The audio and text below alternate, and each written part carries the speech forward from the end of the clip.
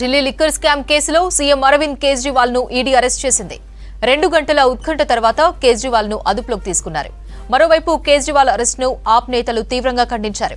ప్రధాని మోదీ కుట్రలో భాగంగానే అరెస్ట్ చేశారన్నారు ఢిల్లీ మంత్రి అతిషి. కేంద్రం ఎన్ని కుట్రలు చేసినా కేజ్రీవాలే ఢిల్లీ సీఎంగా కొనసాగుతారన్నారు. జైలు నుంచే అరవింద్ కేజ్రీవాల్ పాలన కొనసాగిస్తారని మంత్రులు ప్రకటించారు. సెర్చ్ వారెంట్ తో కేజ్రీవాల్ ఇంట్లోకి వెళ్లిన ఈడీ అధికారులు తనిఖీలు చేశారు. సుమారు 12 మంది అధికారులతో కూడిన ఈడీ బృందం సెర్చ్ చేసింది. మద్యం పాలసీ కేసులో విచారణకు రావాలని ఇప్పటికే 9 సార్లు కేజ్రీవాల్ కు ఈడీ సమన్లు జారీ చేసింది. అయితే కేజ్రీవాల్ ఇప్పటి వరకు విచారణకు వెళ్లలేదు. లిక్కర్ కేసులో కేజ్రీవాల్ కు ఢిల్లీ హైకోర్టులోనూ ఊరట లభించలేదు. అరెస్టు నుంచి మినహాయింపు కల్పించేందుకు కోర్టు నిరాకరించింది. కేసు దర్యాప్తు దశలో ఉన్నందున జోక్యం చేసుకోలేమని హైకోర్టు చెప్పింది. ఢిల్లీ హైకోర్టు తీర్పు వచ్చిన గంటల వ్యవధిలోనే కేజ్రీవాల్ ఇంట్లో ఈ రైడ్ జరిగింది. ఇక కేజ్రీవాల్ అరెస్టుపై మాట్లాడడానికి మనతో రిటైర్డ్ జడ్జ్ మల్యాద్రి గారు ఫోన్ లైన్ లో అందుబాటులో ఉన్నారు. సార్, ఢిల్లీ సీఎం అరెస్ట్ ను ఎలా చూడాలంటారు? నమస్కారం అమ్మా. Delhi CM arrest PMLA act లో ప్రకారం చేశారు. ఇది లిక్కర్ స్కామ్ లో సుమారు 145 కోట్ల నుంచి 150 కోట్ల దాకా ఢిల్లీ ప్రభుత్వానికి నష్టం జరిగింది. ఆ కేసులో సుమారు 7 సార్లు 8 సార్లు ఈయనకి సంబంధించినా వెళ్ళలేదు. ఆయన మళ్ళీ రోజౌని కోర్టుకి వెళ్ళి అక్కడ బెయిల్ మీద బయటకు వచ్చారు. ఆల్రెడీ అంటే జామీన్లు ఇచ్చి నేను అటెండ్ అవుతానని చెప్పి వచ్చారు. అయితే ఈయనకి ఇప్పుడు మళ్ళీ సంబంధించినప్పుడు ఢిల్లీ హైకోర్టుకి వెళ్ళారు. ఢిల్లీ హైకోర్టుకి వెళ్తే ఢిల్లీ హైకోర్టు కూడా ఇప్పుడేమి ఆయనకి రిలీఫ్ ఇవ్వాల్సిన అవసరం లేదని చెప్పి చెప్పడం జరిగింది అనమాట. దాని తర్వాత ఈరోజు వాళ్ళ ఇంటికి వెళ్ళి 2 గంటలు విచారించిన తర్వాత ఆయన అరెస్ట్ చేయడం జరిగింది. అరెస్ట్ చేసిన తర్వాత సుప్రీంకోర్టులో ఆర్టికల్ 32 కింద ఆయన లాయర్స్ ఈ అరెస్ట్ని ఛాలెంజ్ చేస్తూ అర్జెంట్ హీరింగ్ ఇప్పుడే వినాలి అని చెప్పి రిజిస్ట్రీకి ఒక రిక్వెస్ట్ ఇచ్చారు. అంటే ఢిల్లీ హైకోర్టు ఏదైతే కోయర్సివ్ యాక్షన్ తీసుకోకూడదని చెప్తే దానికి ఫిక్షన్ వేస్తే దాన్ని కాదనింది ఢిల్లీ హైకోర్టు. దాని తర్వాత ఈ 12 మెంబర్ టీము వెళ్ళి అరెస్ట్ చేయడం జరిగింది. ఈ సందర్భంలో మరి మనం సెక్షన్ 19 అండ్ 45 ఈ 2 చూసినప్పుడు మనకు క్లియర్ గా అర్థమయ్యేది ఏంటంటే ఈ అరెస్ట్ అనేది పిఎంఎల్ఏ యాక్ట్ కింద అయింది, not under CrPC. PMLA act లో సెక్షన్ 19 చదివినప్పుడు మొట్టమొదటి బిగినింగ్ లోనే ఉంటది అనమాట. Not standing anything contained in CrPC or any other law the ED officer if he has got reason to believe, అంటే ఈడీ ఆఫీసర్ కనుక అంటే not below the rank of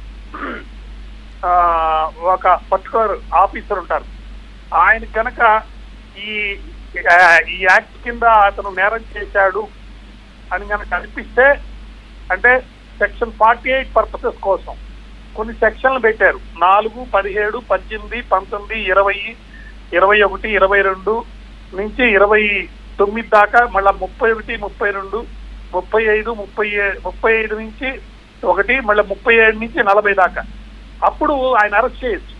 ఈయన్ని ఈ పర్టికులర్ సెక్షన్స్ లో కవర్ అయితే కాబట్టే ఈయన అరెస్ట్ చేశారు.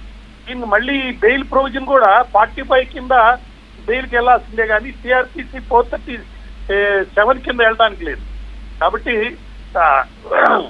సీజర్ వాటికి సంబంధించి మళ్ళీ పవర్స్ అయితే ఉన్నాయి కానీ 4 కింద అంటే 19(4) కింద 45 మళ్ళీ ఏం చెప్తుందంటే నాట్ స్టాండింగ్ ఎనీథింగ్ కంటైన్డ్ అన్నారు. అంటే సిఆర్పిసిలో ఉన్న ప్రొవిజన్స్ కి సంబంధం లేకుండా ఈ స్పెషల్ యాక్ట్ కింద ఈయనకి బెయిల్ కానీ ఏదైనా కానీ మరి దాని కింద తీసుకోవాల్సిందే. అందువల్ల ఇది స్ట్రింజెంట్ గా ఉంటది. తర్వాత ఇంకో విషయం ఏంటంటే ఈయన అరెస్ట్కి సంబంధించి ఈయన ఏదో రాజీనామా ఇస్తారని కొంతమంది, రాజీనామా ఇవ్వరని కొంతమంది, మళ్ళీ ఈయన ఏదో గవర్నర్ దగ్గరికి తీసుకుపోతారు, గవర్నర్ దగ్గర అక్కడ ఇస్తీఫా ఇచ్చిన తర్వాత తీసుకెళ్తారు, ఇలా కొన్ని అపవాదులు లేకపోతే మిస్ ఇన్ఫర్మేషన్ వస్తుంది. యాక్చువల్ గా గవర్నర్ కి ఈ పర్టికులర్ యాక్ట్ కింద దీనికి ఏం సంబంధం లేదు. పిఎంఎల్ఏ యాక్ట్ 19 కింద అరెస్ట్ చేశారు కాబట్టి దీన్ని నేరుగా ఇప్పుడు టైము ఈ టైంలో వెళ్ళి జడ్జి దగ్గరికి తీసుకెళ్లాల్సిన అవసరం లేదు. కారణం ఏంటంటే 24 hours లోపల ఆయన ప్రొడ్యూస్ చేయొచ్చు. రేపు మార్నింగ్ కోర్టు ప్రొడ్యూస్ చేస్తారు. ఈయన్ని గవర్నర్ దగ్గరికి తీసుకెళ్లాల్సిన అవసరం లేదు, తీసుకువెళ్లరు. తర్వాత రేపు 24 hours అంటే ఈయన అరెస్ట్ చేసినప్పటి నుంచి 24 hours లోపల ప్రొడ్యూస్ చేసేస్తారు. కాబట్టి డైరెక్ట్ ఈడీ కోర్టు అంటే రోజుని కోర్టులోనే ప్రొడ్యూస్ చేస్తారు. ఇక ఈయన రాజీనామా చేస్తారా లేదా, ముఖ్యమంత్రిగా కంటిన్యూ అవుతారా లేదని ఆయన వ్యక్తిగతం, లేకపోతే వాళ్ళ పార్టీకి సంబంధించింది. ఆయన చీఫ్ మినిస్టర్ గా ఉంటూనే ఆయన జైల్లో కూడా ఉండి మరి ఆయన గవర్నమెంట్ ని ఆయన్ని స్పెషల్ తీసుకొని తోటి నడుపుకోవచ్చు. అంతేగాని బెయిల్ అనేది మటుకు గవర్నర్ కి దీనికి ఏం సంబంధం లేదు, కోర్టు ద్వారానే తీసుకోవాలి. కోర్టులో కూడా సిఆర్పిసి ప్రొవిజన్స్ ప్రకారం కాదండి, ఈ దీంట్లో ఉన్న 45 కింద సెక్షన్ 45 ఆఫ్ పిఎంఎల్ యాక్ట్ కింద ఉన్న ప్రొవిజన్స్ ప్రకారమే బెయిల్ అనేది తీసుకోవాలి. అందువల్ల ఇది లీగల్ గా జరిగింది, ఇక్కడ ఎటువంటి ఇల్లీగాలిటీ లేదు. కాకపోతే వాళ్ళు అనేది ఏంటంటే ఇన్ని రోజుల నుంచి ₹1 కూడా ఎవరి దగ్గర సీజ్ అనేది చేయలేదు. ఇన్నిసార్లు రైడ్ చేసిన ఆయన దగ్గర నుంచి సీజ్ చేయలేదు, లోపల ఉన్న సిసిఓడి దగ్గర సంబంధించి ఆయన స్టేట్మెంట్ ద్వారా కానీ సీజ్ చేయలేదు అని అంటున్నారు. కానీ అది కూడా తప్పే. ఎందుకంటే కవిత గారిని అరెస్ట్ చేసినప్పుడు ఆ దగ్గర నుంచి సెల్ ఫోన్లు అవన్నీ తీసుకున్న తర్వాత సుమారు 245 ప్లేసెస్ అప్పుడు దాకా సెర్చ్ చేశారు. అది కాకుండా చాలా ప్రాపర్టీస్ ను సీజ్ చేశారు. 119 కోట్లు ఎంతో డబ్బుకు సంబంధించిన ప్రాపర్టీస్ ని సీజ్ చేశారు. ఆ సీజ్ చేసిన తర్వాత ఆ సీజ్ చేసిన ప్రాపర్టీస్ కి సంబంధించి కనెక్టెడ్ గా ఉన్న డాక్యుమెంట్స్ ని కూడా తీసుకొచ్చారు. ఆ డాక్యుమెంట్స్ తో పాటు బేస్ చేసుకొని దానికి సంబంధించిన కనెక్టింగ్ సాక్షులను కూడా పిలిపించారు. అంటే కవిత గారి పిఎల్ ఇద్దరిని కూడా పిలిపించి వాళ్ళు కూడా ఎగ్జామిన్ చేయడం జరిగింది. కాబట్టి ప్రాపర్టీ సీజ్ చేయలేదనే మాట వాస్తవం కాదు, లేకపోతే అందిన సమాచారం ప్రకారం ఆప్కి ఏం సంబంధం లేదనేది కూడా బేస్లెస్ గా ఉంది. సుమారు 10,000 పేజీల 1000 పేజీల ఛార్జ్ షీట్ దాఖలు చేశారు. చేశారో అని మనకు ఇన్ఫర్మేషన్ ఉంది. కాబట్టి పకడ్బందీగా మళ్ళీ ఇంకొక అలిగేషన్ ఏంటంటే ఇదేదో సెంట్రల్ గవర్నమెంట్ కి లేకపోతే బీజేపీ పార్టీకి లేకపోతే పవర్ లో ఉన్న పార్టీకి సంబంధం ఉంది. ఇప్పుడు మరి ఎలక్షన్ నోటిఫికేషన్ వచ్చేసింది, ఏ పార్టీ పవర్ లో ఉన్నట్టు కాదు. ఇప్పుడు ఈడీ ఆఫీషియల్స్ ప్రాపర్ గా ప్రొసీజర్ ప్రకారం అరెస్ట్ చేసినట్టుగానే ఉంది.